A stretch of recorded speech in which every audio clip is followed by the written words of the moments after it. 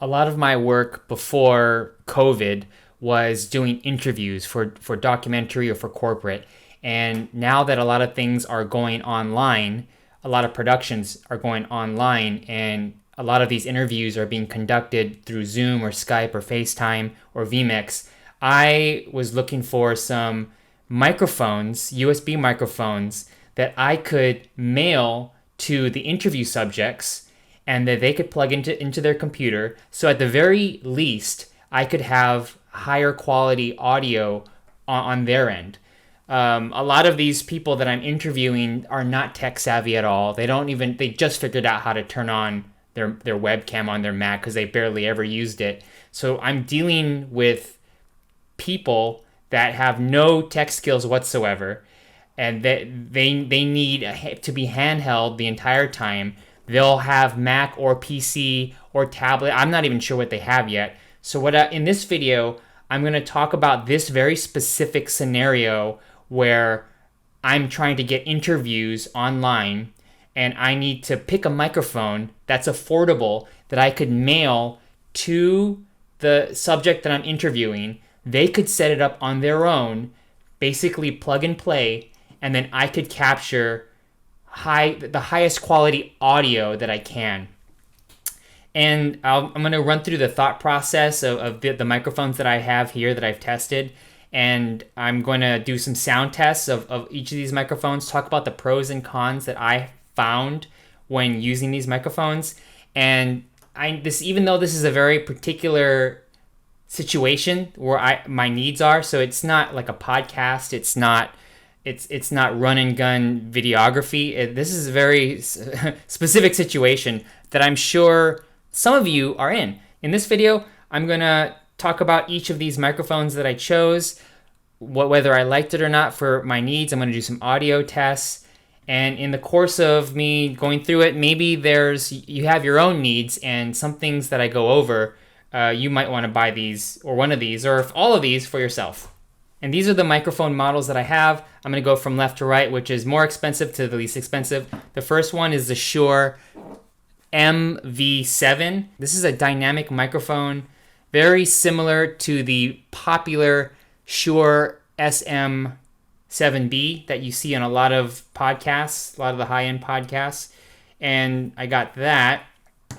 This is $250 American right now. Then the next mic I have is the Rode Videomic NTG. This has been out for a while, but this has USB interface and it becomes a USB microphone. The Rode goes for $250 as well, $250, just like the Shure. It's a shotgun microphone. That's a dynamic microphone, more for podcasts. And you'll see, as I do the sound test, you'll see the difference. You'll hear the differences in the type of mics. This is the Zoom H1, has been around for almost a decade. There's the Zoom H1N, so you can't get this one. I believe it's discontinued. You could get it used. The H1N runs around $130, I believe. So if you got the $130, sometimes it's on sale as well. I've seen it as low as $80, but $130 for the Zoom H1N.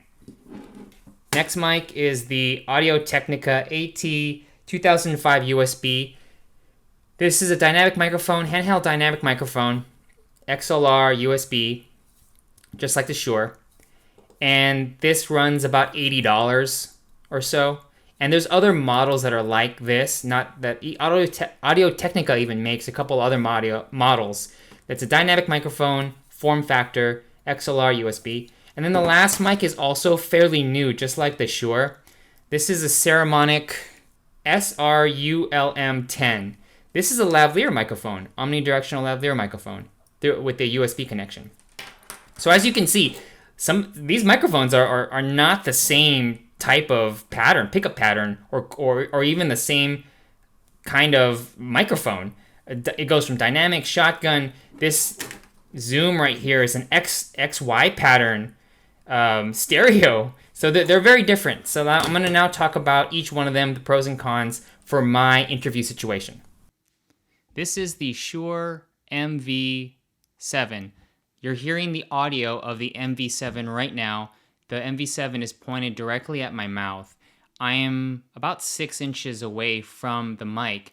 Usually when you're recording on the MV7, you want to get right on it. That's what the other Shure podcast mics, the form factor is. You get right on the microphone. But one of the benefits of this microphone is that it comes with an app, and using the app, you can select a near and far mode. Right now I have it on far, so I could be 6 inches from it, and this should pick me up just fine.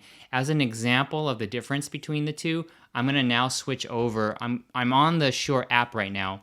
I'm recording in Audacity, so I'm gonna switch to from far to near so you could hear the difference. I'm not gonna adjust any other settings besides just in the app changing from far to near. So right now is far, and right now is near mode. You should hear a different quality of the audio.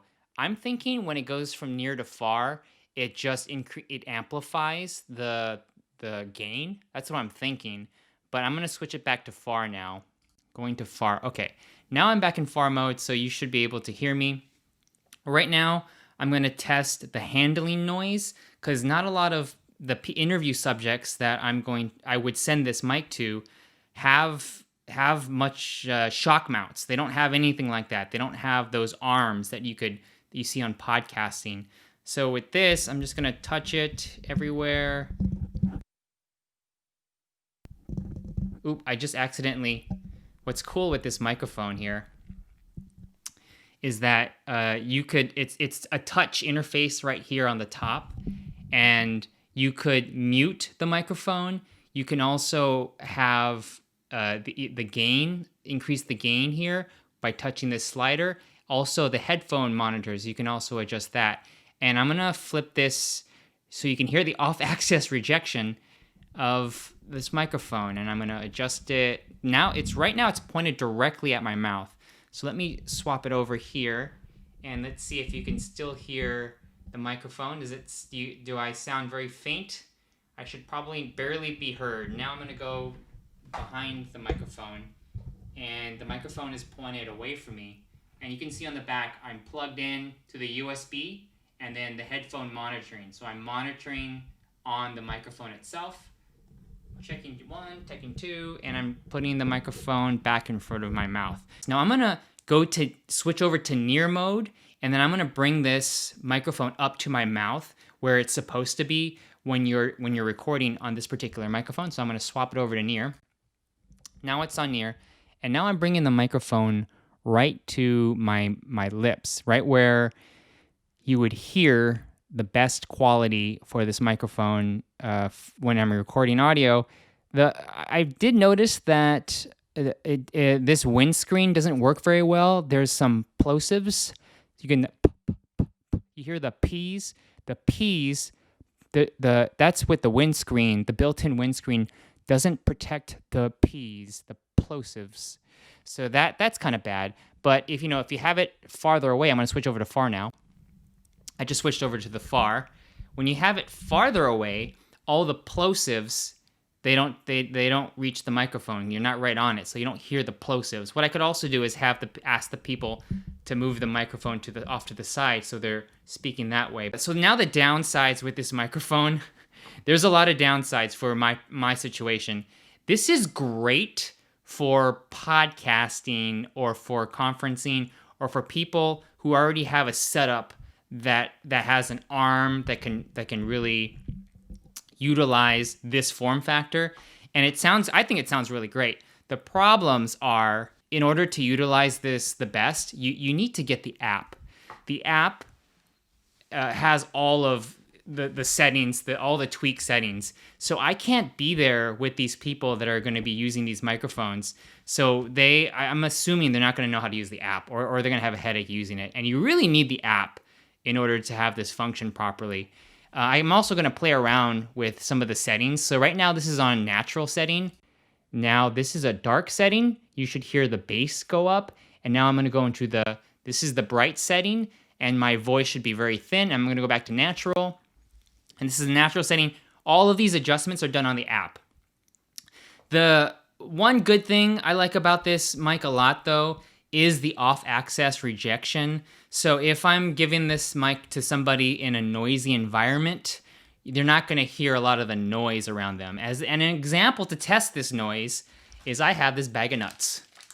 Bag of nuts. So all I'm going to do, this is not the best, this is the bag of nut test. So I'm just going to move the bag of nuts like this. Really annoying. And just pretend that this is ambient noise or somebody in the room eating a bag of nuts while I'm talking, trying to do this interview. So you can hear right now when I'm right in front of the microphone, that's very annoying. But as I go around the microphone and I'm doing the bag of nuts, and you can still hear, you can hear the nuts, the bag, but it's not as, it's not as loud, as prominent, and you could maybe mask it out while the person's talking. When they're not talking, I'm going to be quiet for a minute.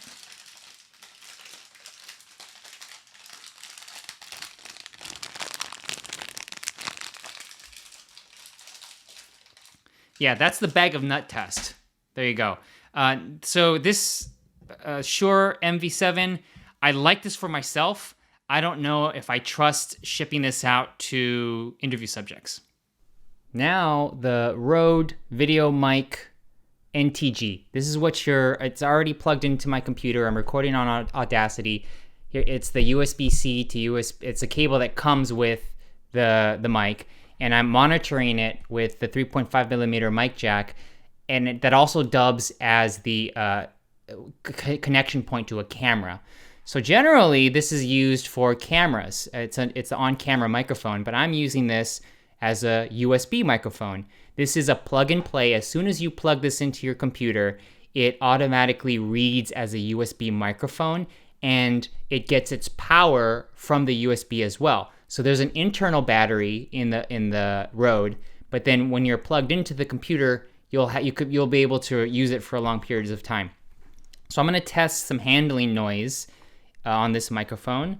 I'm now touching the bass here, and I'm touching my headphone cable. Do you hear anything when I'm touching the cable? Now I'm going to touch the USB cable. Does that totally mess it up?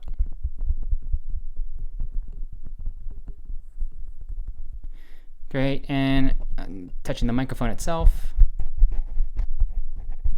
All right, I noticed all of that. I don't know if you heard it, but now I'm going to test the off-axis rejection.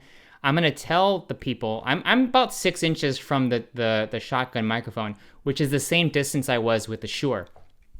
So now I'm going to point this over here where you can hear it's now away from away from my voice. It's pointed that way. My voice is coming this way, and then I'm going to point it completely the opposite direction. This is what it sounds like when I'm talking to the back of the microphone, and I'm going to turn it slowly backwards to my mouth. And here's what it sounds like when I'm right on it. Let's do the nut test. Bag of nuts. Here's what the bag of nuts sounds directly in front of the microphone.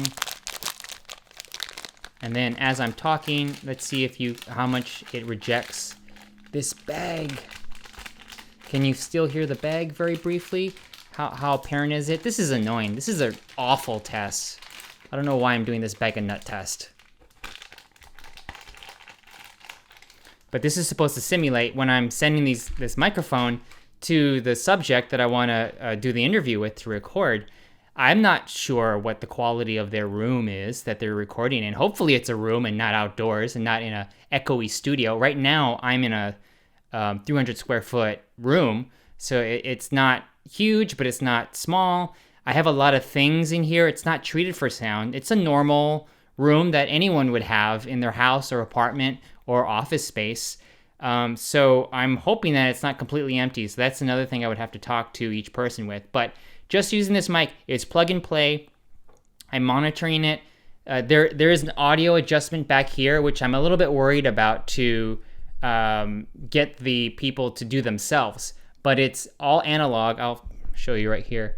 Here's the number. I have it on number 8, and then I'm turning it all the way down, and then I'm going all the way back up to 8. You see how the volume increased?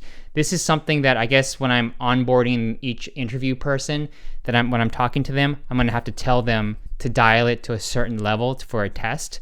But the benefits of this microphone is, since it's a shotgun microphone, you can keep it farther away from you. So I can have the people just, with this stand, tell them, still point the microphone at you, but then you could keep it off to the side.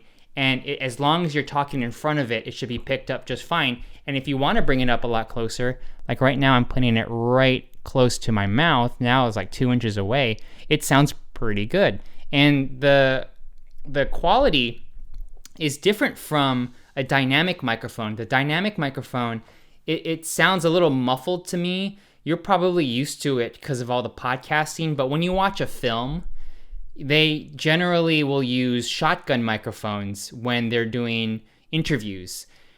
There's a lot of different types of shotgun microphones, but this is the kind of sound you get. It's fuller. It seems more realistic. It seems like you're really there. There's the air. It picks up the air, but it's directional. So it shuts out all the noise around, and this would be a good microphone to use for the people that I'm interviewing that are in slightly noisier environments, as long as it's around there. But if the noise is coming right behind them, so say their place that they're doing this interview, they're right behind a freeway or an airport, and the microphone is facing the window, then that's bad. That's just microphone placement that I'm going to have to walk each person that I'm interviewing how they're treating the room. But as far as just the technical qualities of this microphone, it's plug and play. I do have to tell them what level to raise it and then where to kind of place it. But other than that, this seems like a really good solution for this quality of audio. Here's the Zoom H1.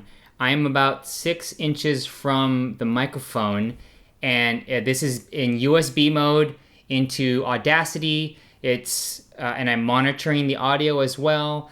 I have leveled it out to about 55%. And here's what this sounds like.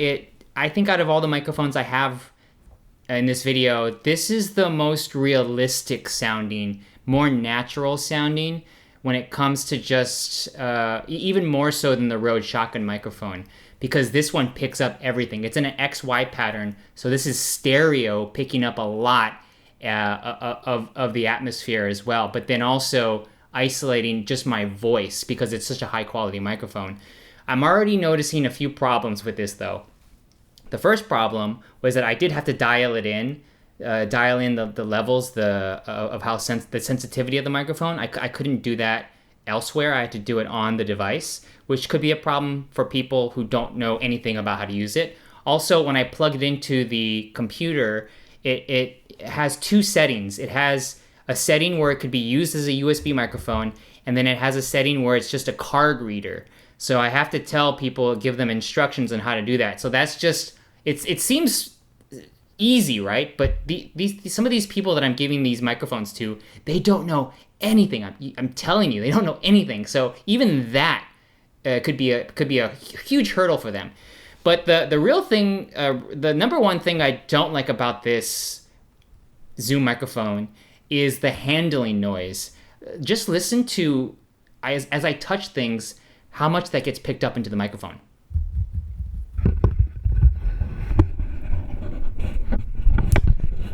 So this microphone picks up everything. I'm more so than the other Rode. Yeah, everything is being picked up right now. Well, let's just test the off-axis rejection. Now I'm speaking directly to it. I'm going to turn it to the side. What does it sound like now? How is my voice? Is my voice still there? Now I'm going to point it the complete opposite direction. How does that sound? Does that sound okay? Can you hear me still? Is it annoying? I'm going to turn it right around to my mouth again. So with this microphone, I'm noticing, since it's a wider range to pick up, this will pick up a lot of the ambient noise if it's in a noisy environment. So that's another drawback. So I would have to have, there's already three. So the first one is just those extra steps of connecting it to the computer and then to get the gain settings. The second one is don't touch the microphone at all, which I guess it couldn't be shouldn't be that bad as long as I have them set it up and I'll just warn them, don't touch the mic or don't touch the stand or anything. Then the third thing is just this ambience. I'm worried about not getting the ambience. One of the benefits of this microphone is because of the pattern is really wide, they could just go off of the microphone and I'll still have a decent decent pickup of their voice. So they could be animated and going around, and I will, for the most part, better than the other microphones. So that could be good for people who move around a lot. But yeah, this microphone, there's not a lot of, it doesn't really fit what I want to do. It has too many drawbacks, too many ways for the other person to screw up. Oh, let's do the nut test. Nut test. Can you? Yeah, this one I hear the nut bag pretty. Yeah, that's I hear it everywhere. It picks it up. So yeah, that's this Zoom. You can hear all the handling. One other thing that I was hoping that this could do is that since this is a internal recorder, I was hoping that I could have them press record and then it would record to the micro SD card at the same time, streaming it on over the web with Zoom or Skype or whatever. Because when the audio gets streamed, it gets compressed. So even though you're using a high quality microphone, you're still compressing the audio when it's streaming and you're screen capturing on the other side. So I was hoping that this could be a backup so they can hit record and I'll have that high quality audio. But it doesn't allow you to record internally and use this as a USB microphone at the same time. Here's the Audio Technica AT2005 USB. I'm about 6 inches from the microphone. I'm recording into Audacity. It seems a bit low, but I think this one I have to be a lot closer. I'll amplify this in post just a little bit to adjust it. Or you know what? I'll do it right now. With this microphone, you have to adjust. Once you plug this microphone into your computer, it's plug and play, and you have to adjust the audio levels in your system preferences, in your audio preferences. So I'm going to do that right now. I'm recording on a Mac. I'm recording on Audacity, but I'm recording on a Mac. I'm going to go into input settings, and I'm now going to increase the volume, the input level. I'm increasing the level right now. Okay, so I've increased. Has it changed at all? It doesn't even sound like it changed. That's weird. I thought it would. It should sound louder though. No? Does it sound louder? I think it sounds louder. Okay, I'm gonna say it sounds louder. I can't really tell while monitoring it. That's a drawback. But I think it got louder because I increased the sensitivity of this microphone in the system preferences. I went to the USB inputs and I just found it and I increased it in the computer. So with this microphone, it's a dynamic microphone, dynamic handheld microphone, and you should be closer, but I'm doing the exact same thing I did with the other microphones as a test. It comes with everything you see here, minus the headphones. It doesn't come with headphones, but it comes with this nice stand. It's plastic and cheap, but it comes with it. It comes with a USB cable. And with this one, I'm going to pick it up for some handling noise. You can sort of hear the handling noise. And here, touching the microphone. Yeah, you can sort of hear the handling noise there too. So I'm going to check the off-axis rejection now. The off-axis rejection, I'm talking into the microphone, and then when I put the microphone away, wow, this really takes away all of the side. I don't even know if you can hear me right now. I could barely hear myself.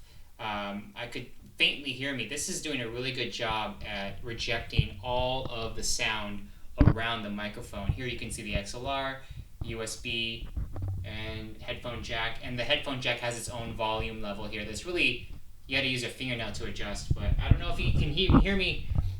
I don't know if you could even hear what I was just saying, but I was talking about some of the features in the back.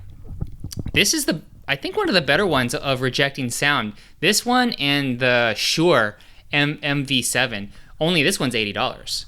So now I'm gonna do. Let's see. I'll do the bag test. So this is if I'm talking in the interview, and then somebody in the room is moving some bags. Here's what it sounds like. Here's that sounds like, and then they're eating and it's annoying, and I'm doing this interview and I'm trying to tell them, hey, could you get the other person to stop making noise? And that's what it would sound like.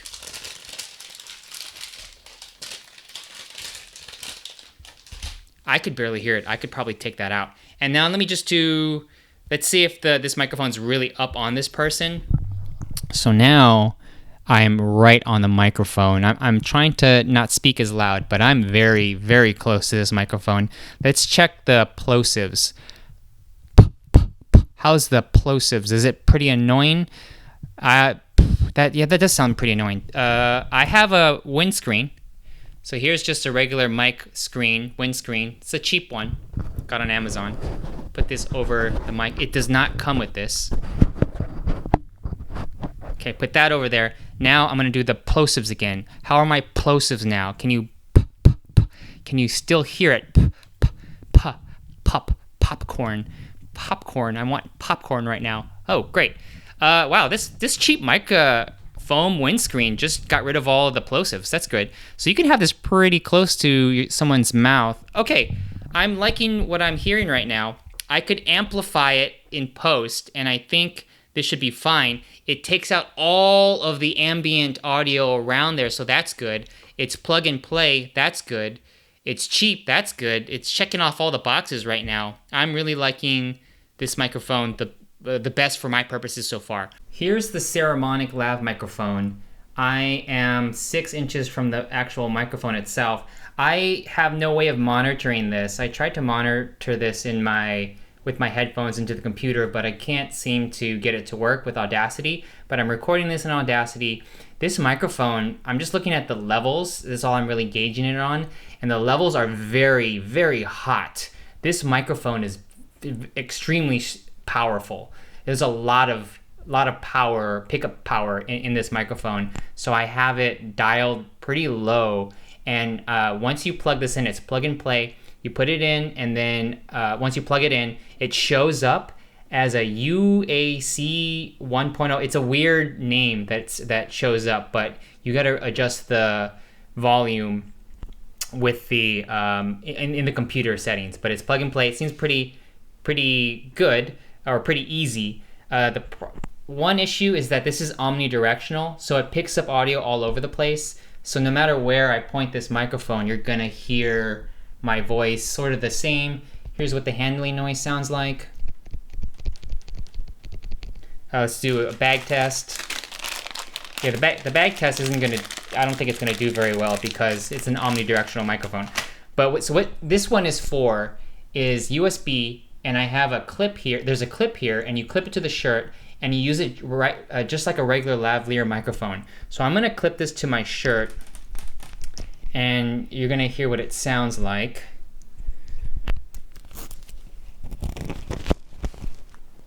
Okay, I just put the microphone right on my shirt here, or my sweater that I'm wearing, and my hands are free, it's clipped to me, and this is what it sounds like with the level. It seems like it's hot. I might have to dial it down, but this is what it sounds like. I don't know, I can't monitor it, so I'm gonna have to listen to it after I finish this video to give my final conclusion on it. But this is a microphone, since it's omnidirectional, highly advisable that headphones are used during the interview process. That's one thing I haven't talked about. When doing these video interviews, you see a lot of times people wear headphones because you don't want the person's voice from the computer speaker being picked up and feeding back on the microphone.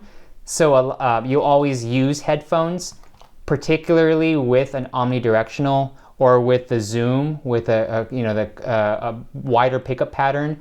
But I will say that the dynamic microphones, you don't really need headphones because it's such an isolating with the audio that as long as the sound's coming from the opposite side of the microphone, you don't really need headphones to completely remove all of the bleeding, the feedback of the audio. You should wear headphones, and I'm gonna have my interview subjects either wear ear headphones like this, but it doesn't look so good on camera.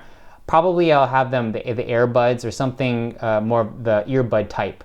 But this is what the Saramonic lavalier microphone sounds like, plug and play. I had to dial it down a little bit, but I still think it's pretty hot. And now I'm going to give my conclusions of all of the microphones.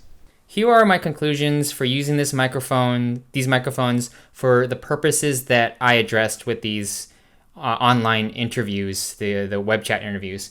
The Zoom H1 is probably the worst microphone to use for that because of all of the controls that all of the manual stuff that the interviewer has to be responsible for setting up properly, and also the handling noise and then the pickup pattern. There was just too much about this microphone that didn't suit. There's too many that could go wrong if I had the interview subject use this microphone. So I'm ruling this out.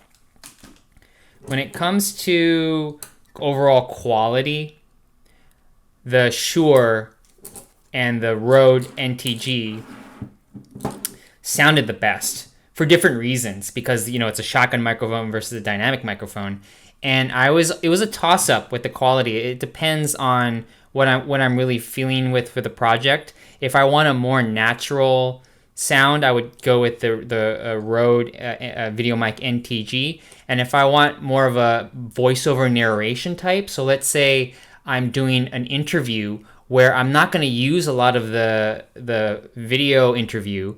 I'm just going to use it for the audio. So it's more like a narrator. In that case, I'm going to use the Shure, and then I'll have the person just go all the way up to the Shure. And I might have to get an additional pop screen. This screen right here is not very good. I'm not satisfied with it. I'm surprised it came with something so cheap. But if I get another pop screen, this to me is the best sounding. But then I'll also have to go to a person that is more tech savvy, which is not a lot of the kind of people that I interview. So then it would have to be really specific, or I would have to do a lot of onboarding to the interview subject beforehand to get this set up properly. But I really like the sound of this Shure for voiceover narration, and then the Rode Videomic NTG for the quality of it sounding more natural. Having said that, these are each $250. So when I'm shipping this, if it gets flung around and mistreated, I want this back. I want this back in good quality. I want to reuse this for multiple interviews. This isn't for them. I'm not giving this to them, the interview people. I want this back. So in that case, maybe these two aren't the best for all the situations. So that leaves the Audio Technica and the Saramonic. These had its pluses and minuses. The Saramonic was good because I just plugged it in and it was already a really hot signal, and then I just have to ask the person to turn their volume level down in their computer, and after that, as soon as I clip this on myself, the degree of error that they could make is very slim, because this is just, don't touch the cable, put this on right under your chest, and you're set to go. This will be in the shot, and they should be in a quiet environment in all cases, but this more so than all the other mics. But this is the easiest to use. This is something where if I'm dealing with somebody who just doesn't know anything, just plug this in and lower the volume level, and it should be good. The quality seemed muddy.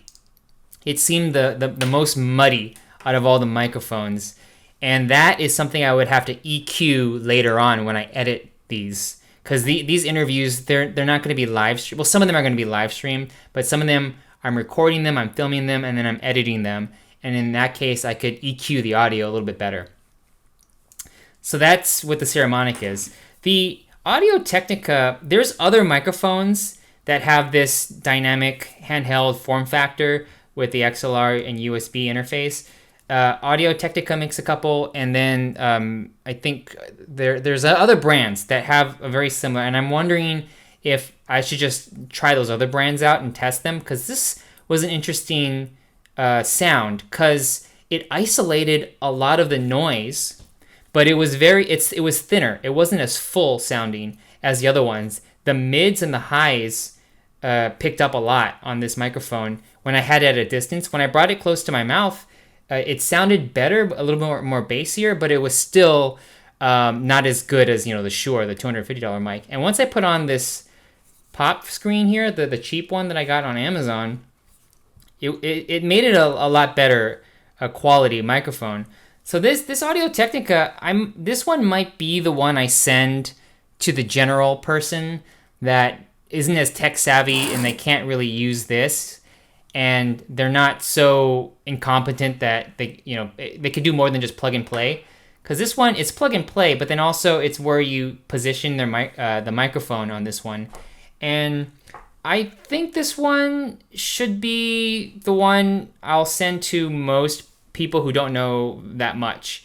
This was only $80, so if this does get trashed or if the person breaks it, $80 I could live with. $35 I don't care about at all. In fact, if somebody just keeps this, I can just charge it just charge them like $35. That I could even ship this in an envelope. It's so light, and it comes in its own package.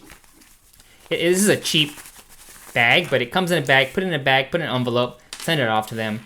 This one, pretty durable, but it's $80, and I wouldn't feel as bad if it broke or if it got damaged and it could get beat up. It feels like it can get beat up. So I'm gonna go with the Audio Technica first because it's not the best out of all of them, but it's the middle ground, and I think it could last the longest for different people.